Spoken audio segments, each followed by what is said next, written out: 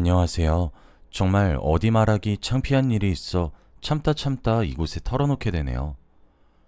여러분은 자식이 어떤 사고를 쳐도 전부 감당하실 수 있으신가요? 저도 원래는 그런 줄 알았는데 막상 일이 닥치니까 또 다르더군요. 돈이 뭐라고 부모에게 이래도 되는 건지 세상에 이런 자식이 있나 싶어 사연 보내봅니다. 꽃다운 20대에 지금 남편을 만나 아무것도 모르고 결혼했었습니다.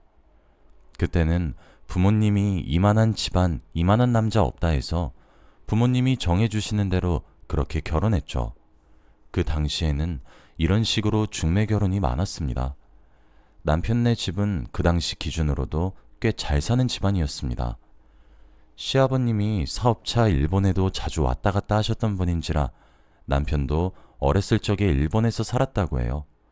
그 정도로 돈이 많은 집안에 운 좋게 시집 가게 되었으니 당연히 결혼 생활이 가시방석 같을 수밖에 없었습니다.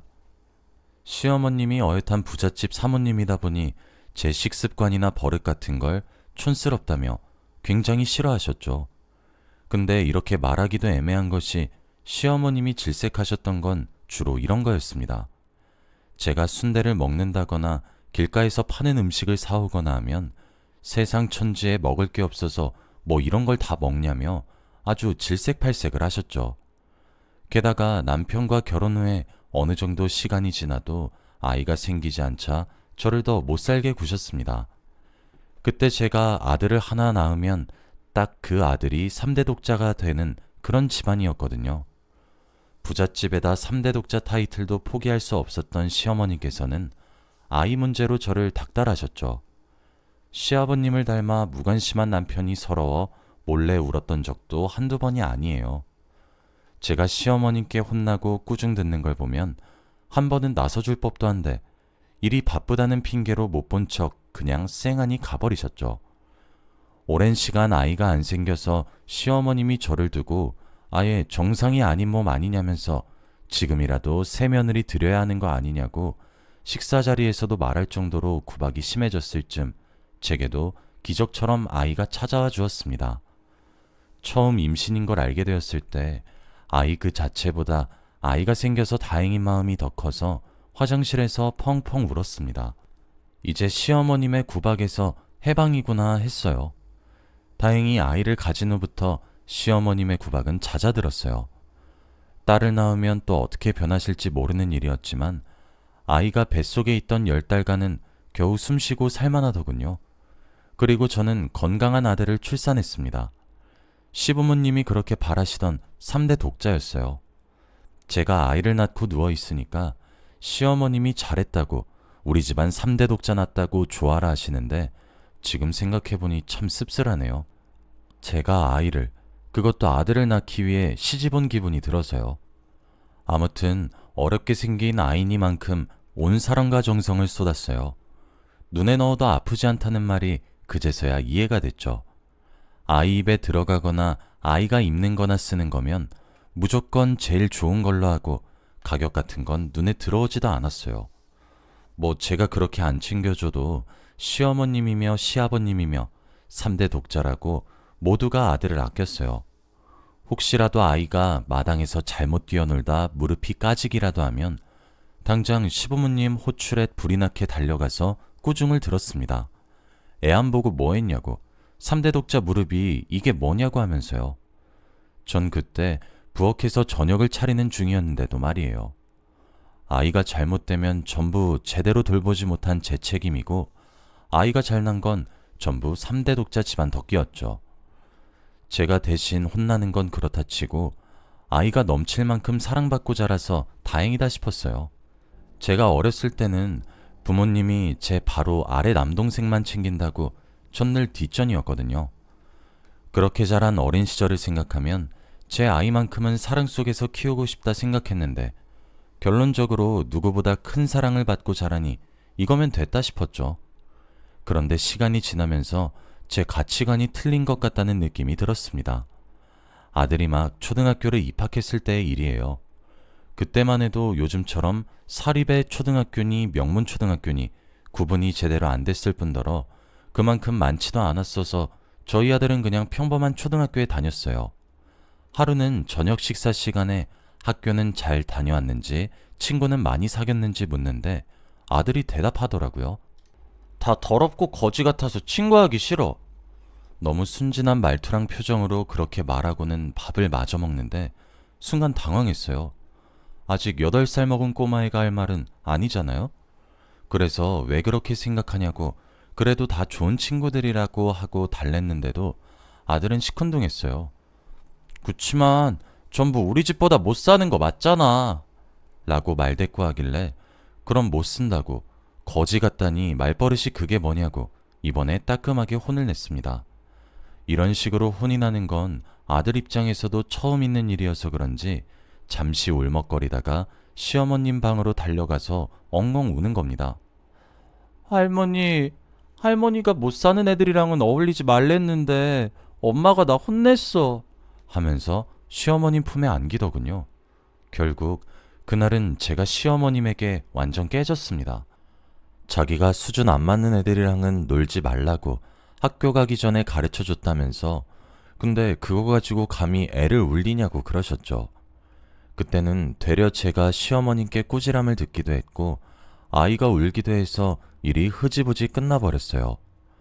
아이가 그렇게 생각하는 것도 일시적인 거고 시간 지나면 자연스럽게 친하게 지낼 거라고 생각하면서요. 그런데 역시 아니었습니다. 처음 기지를 보일 때 떡잎을 잘라놨어야 했어요. 처음에 학교에서 친구를 사귀기 싫다던 아들은 중학생, 고등학생이 되어서 친구를 패고 다니더군요. 온 집안에서 오냐오냐 키우다 보니 폭군을 만들어버린 거예요. 단순히 같은 반 친구와 주먹 다짐하는 정도면 차라리 다행이게요. 아들은 매일같이 싸워대고 패싸움도 하고 다니거나 저모르게 학교도 빠지고 그랬습니다. 그럴 때마다 시어머님은 곧 죽어도 아들 잘못은 하나도 없고 전부 아들 간수를 못한 제 탓이라고만 했죠. 교육을 어떻게 시킨 거냐며 이게 수준 안 맞는 애를 며느리로 받아들이니까 애도 보고 배운 게 아니냐며 제가 눈에 띌 때마다 허공에 대고 험담을 하셨어요. 따지고 보면 아들이 크고 작은 사고를 칠 때마다 무조건 괜찮다고 잘못 하나도 없다고 감싸고 들기 바빴던 시어머님 탓인 것 같은데 말입니다. 그때 제대로 훈육했으면 아들이 이렇게까지 엇나가진 않았을 거라고 봐요. 아들이 초등학생 때 시아버님이 갑작스럽게 돌아가시고 난 이후로 남편은 시아버님이 하시던 사업을 물려받아 이를 손에 익혀야 한다며 아들 일은 여전히 나 몰라라 했습니다. 덕분에 저만 학교랑 경찰서는 뺀질나게 왔다 갔다 하며 고개를 숙였어요. 창피한 소리라는 건 알지만 가끔은 돈으로도 해결을 봤어요. 저도 부모인지라 아들 미래가 걱정돼서 할 수 있는 모든 방법을 동원해서 아들 앞가림을 대신해줬죠. 만약 남편 집안 쪽 재산도 없었다면 어떻게 됐을지 아찔합니다. 대학도 안 가겠다는 걸 말리고 말려서 겨우 지방에 있는 사립대학교에 보내놨어요. 무엇보다 대학 문제만큼은 남편이 나서서 화를 내니까 아들도 아버지 말씀이라면 무서웠는지 꼬리를 내리더군요. 그래도 대학만 나와서는 짐승이 사람이 되는 게 아니더군요. 비싼 돈 들여 대학까지 보내놨더니 아들은 일을 할 의지도 없이 다시 집으로 돌아왔어요. 할머니가 보고 싶었던 거냐며 기특하다고 좋아하시는 시어머님 빼고 남편도 저도 백수가 된 아들을 반길 순 없었어요. 저는 그래도 제 배 아파 낳은 자식이니까 어쩔 수 없었는데 남편은 아들이 고등학생일 때 아들을 반쯤 포기한 것 같았어요. 남편이 저렇게 사람 패고 다니는 놈은 답이 없다고 제게 말했던 게 기억나요. 그래도 시어머님만큼은 아들을 감싸니까 그동안은 그냥 참고 있었던 건데 얼마 안 있어 시어머님께서 돌아가시고 말았어요. 시어머님의 장례가 끝난 다음 날 집으로 돌아와서 남편이 아들에게 선언했습니다. 네가 뭘 믿고 이렇게 답 없이 사는지 안다. 어차피 네가 평생 쓰고도 남을 만큼 유산 받을 테니까 일할 필요를 못 느끼는 거겠지. 근데 네 맘대로는 안 될 거다. 제대로 된 직장 구하고 결혼해서 자리 잡고 아이 가져서 네 가정 꾸리기 전까진 내 유언장에 네 이름 못 올린다. 그런 줄 알아? 남편이 단호하게 말하니 아들이 눈에 띄게 당황하더군요. 아들은 남편을 붙잡으면서 말도 안 된다고 하나뿐인 아들한테 너무한 거 아니냐고 반항했지만 남편은 듣지도 않고 방으로 들어가더군요. 한참 동안은 남편과 아들 사이에 냉전이 계속됐어요. 그런데 시간이 좀 지나더니 아들이 매일 오후마다 옷을 나름 차려입고 어딜 나가는 겁니다. 특별히 친구도 없는 애가 어딜 나가는지 양복 차려입고 또 싸움질하러 갈 것 같지도 않아서 물어봤죠. 너 어디 가니? 일하러 가요. 직장 구했거든요. 그 말에 저녁 준비를 하던 저도 거실에 앉아 신문을 보던 남편도 깜짝 놀라 말이 안 나왔어요. 아들은 대답을 하고는 휙 나가버리고 남편이랑 저는 확실히 강하게 나가니까 효과가 있나 보다 말하고 그랬습니다. 아들이 그래도 나이 좀 먹었다고 정신을 차렸나 보다 했죠. 금방 못해 먹겠다며 그만둘 줄 알았는데 그것도 아니었어요. 2년 정도 꾸준히 일을 나갔죠. 뭐 하는 일이냐 물으니 아들이 아버지 하는 일이랑 비교될까봐 창피하다면서 그냥 작은 중소기업 사무직이라고 말하더군요. 그래도 그게 어딘가요? 전 아들이 조금씩 변해가는 것만으로도 다행이었어요. 정말 남편이 말했던 것처럼 취업은 했으니 이제 참하고 괜찮은 아가씨만 만나 결혼만 하면 되겠다 싶었죠. 저도 슬슬 손주볼 나이대로 접어들기도 했고요. 제 친구나 주변 지인들은 만날 때마다 휴대폰에 있는 사진이나 동영상을 틀어주면서 자기 손주라고 자랑하는데 전 그러질 못해서 늘 아쉬웠거든요.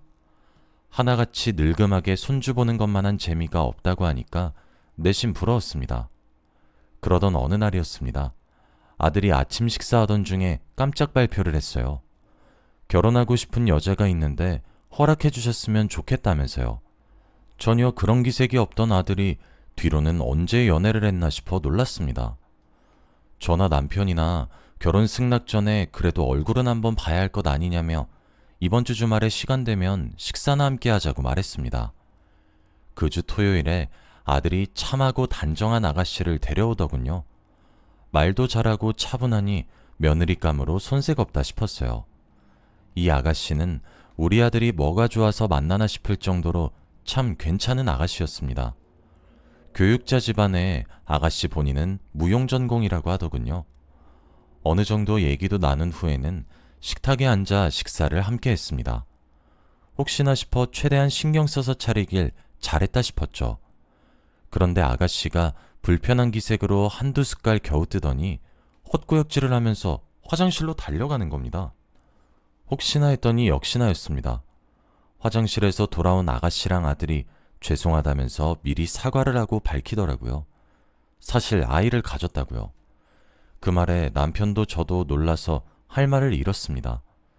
먼저 말을 꺼낸 건 남편이었어요. 아이를 가진 거면 어쩔 수 없다고, 네 아이니까 네가 끝까지 책임져야 한다고 결혼을 허락했죠. 저도 달리 방법이 없어 아들과 그 아가씨의 결혼을 허락했습니다. 배가 나오기 전에 결혼을 하는 게 좋을 것 같아서 서둘렀어요. 아들은 결혼 후 너랑 남편이 아파트 하나 마련해줘 그곳으로 분가했습니다. 며느리가 임신하기도 했으니 그 편이 스트레스도 덜 받고 좋을 것 같았어요. 시간이 지나 손자가 태어났습니다. 시어머님께서 살아계셨다면 4대 독자라고 경사났다면서 또 난리치셨을 거란 생각이 들어 혼자 웃었습니다. 새삼 어렸을 적 그렇게 사고치고 다니며 제 속을 썩이던 아들이 이제 어엿한 한 아이의 아버지가 된다고 생각하니 괜히 기특하더군요. 남편도 약속대로 하려는 건지 얼마 안 있어 유언장의 내용을 고치려고 변호사를 불러들였습니다. 아이를 낳은 이후에도 며느리는 일을 계속하고 싶다고 했고 아들이 하던 일을 그만둘 수도 없는 노릇이라 손자는 제가 돌볼 때가 많았습니다. 매일 아침마다 며느리가 저희 집에 아이를 맡기러 왔었죠. 아이는 따로 맡겨두고 계속 일을 하려는 며느리가 마냥 좋게 보이진 않았지만 요즘 사람들은 예전처럼 아이 하나에만 목매는 것도 아니니 어쩔 수 없구나 싶었습니다. 덕분에 저도 늙음하게 손주 돌보는 재미가 생겨서 좋았습니다. 하루는 손주랑 놀아주다가 너무 피곤해서 잠시 잠들었는데 그새 그 작은 아이가 혼자 뛰놀다가 어디에 부딪힌 건지 머리 한쪽에 피를 흘리면서 우는 겁니다.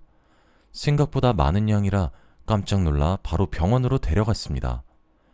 피가 멎질 않는 것 같아 데려가는 동안에도 뭔가 이상하다 싶긴 했는데 병원에서 응급처치를 하려던 의사가 아무래도 혈액응고 장애가 있는 것 같다면서 수혈도 하고 따로 약물도 주사해야겠다고 했습니다.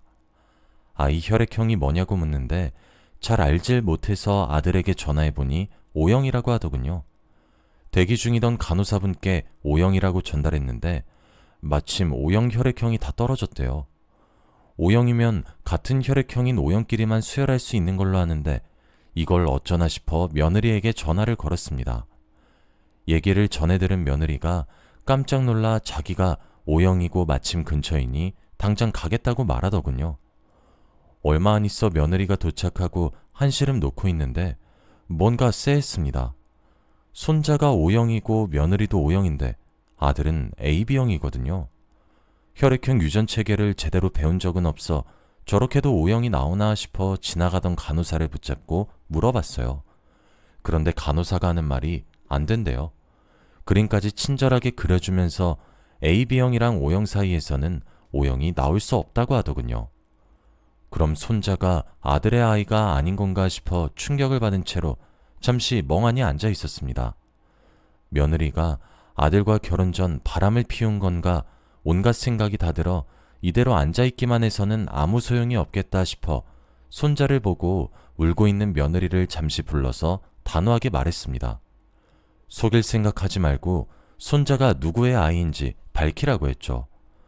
제 말에 깜짝 놀란 며느리가 갑자기 왜 이러시냐며 누구긴 누구 아들이에요. 형준 씨 아들이죠.